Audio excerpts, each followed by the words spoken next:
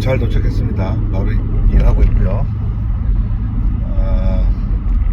오늘도 특히 IT 섹터 중에서도 데이터 센터 관련 비즈니스는 좀 많이 떨어졌어요. 엔비디아 같은 경우는 7%까지 떨어졌다가 5%대로 다시 마감 잘 했습니다. 자, 그러면 계속 하락장이 언제까지 될 것이냐, 이런 질문을 많이 하시겠죠? 결국은 저는 질문을 이렇게 하락장이 얼마나 오래 갈 것인가, 이런 질문을 하기 전에 지금 엔비디아가 전체적 매출과 이익률이 어떻게 되고 있는지를 알 필요가 있습니다. 엔비디아를 사용하는 칩을 사용하는 데가 두 자릿수로 늘어나고 있는 것은 여러분들이 알고 있고, 8월 28일 날 분기 실적 발표가 있습니다. 그때 아마 사상 역대급 실적 발표를 할 가능성이 농후해 보입니다. 그래서 8월 28일 전에는 어떻게 될 것이냐, 아무도 모르죠. 이런 하락장, 그러니까 333 법칙이라는 것은 하락이 3일 이상 지속됐을 때 전체적인 포트폴리오가 차지하는 비중, 어떤 한 주식이 차지하는 비중이 그런 역할론들이 다 있죠. 각 주식들이 비중이 있잖아요, 그죠? 엔비디아가 차지하는 비중, 오히오 법칙에 의해서 뭐 이런 게 있죠. 그 중에 비중이 이래서 10% 하면은 그 중에 30%만 구입을 하는 겁니다.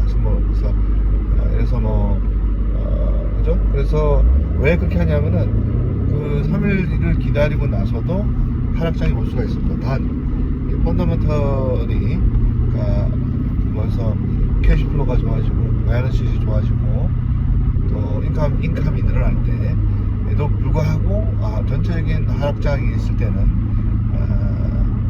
그런 힘을 발휘할 수는 없죠. 그 당시만 하면은, 못 때는. 그래서 이제 우리가 또 그 이후에 이틀 연속으로 떨어지고 있습니다. 근데 이럴 때가 또 나머지 30%를 또 살 수 있는 그런 용기가 있는 부분들이 있겠죠. 또 엔비디아에 대해서 테슬라하고 다른 것이 이게 매출이 늘어나냐 줄어드느냐, 프로핏 마진이 늘어나면 줄어드느냐에 따라서 판단하는 것이지, 일론 머스크가 뭐라고 얘기하고 젠슨 황이 뭐라고 얘기해서 올라가거나 내려가는 것은 아니다라는 거죠.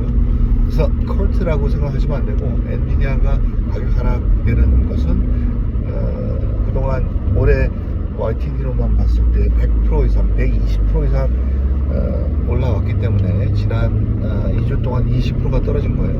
그래서 예를 들어서 우리가 어떻게 조치를 하느냐, 20%가 떨어지기 전에 저희가 뭐라고 그랬냐면은 전체적인 비중을 줄여야 된다고 그랬어요. 많이 줄여야 된다고 그랬죠. 리스크를 많이 지시는 분은 더 적게. 제가 분명히 말씀드렸습니다. 엔비디아 같은 경우는 우리 고객들한테도 얘기했고, 많이 가지면 많이 가질수록 폭등량이 계속 지속됐으면 알 거니까, 언젠가는 떨어지니까 그 리스크에 대해서 얼마나 견딜 수 있느냐에 따라서 판단을 해야 된다, 그런 말씀을 지금도 드리고 있어요. 그래서 엔비디아를 많이 가지고 계신 분들은 슈퍼바이저 오픈하면서 많이 떨어지는 것이고, 그만큼 많이 올랐으니까 비중은 이미 조정이 된 상태면 좀 덜 떨어지겠죠. 제가 해놨던 대로 말씀을 드렸습니다. 근데 지금은 이제 기회라고 저는 볼 수밖에 없는 거죠. 그래서 적정선이 얼마냐, 오버프라이스가 안 되는 경우는 적정선이 없자면 110을 때 목적이다, 그렇게 말씀드린 적이 있습니다. 그래서 여러분들이 장기 투자의 관점에서 리스크를 얼마나 질지에 따라서 비중 조절 잘 하시고 투자를 하시면은 전혀 문제가 안 될 것 같습니다. 안녕히 계십시오.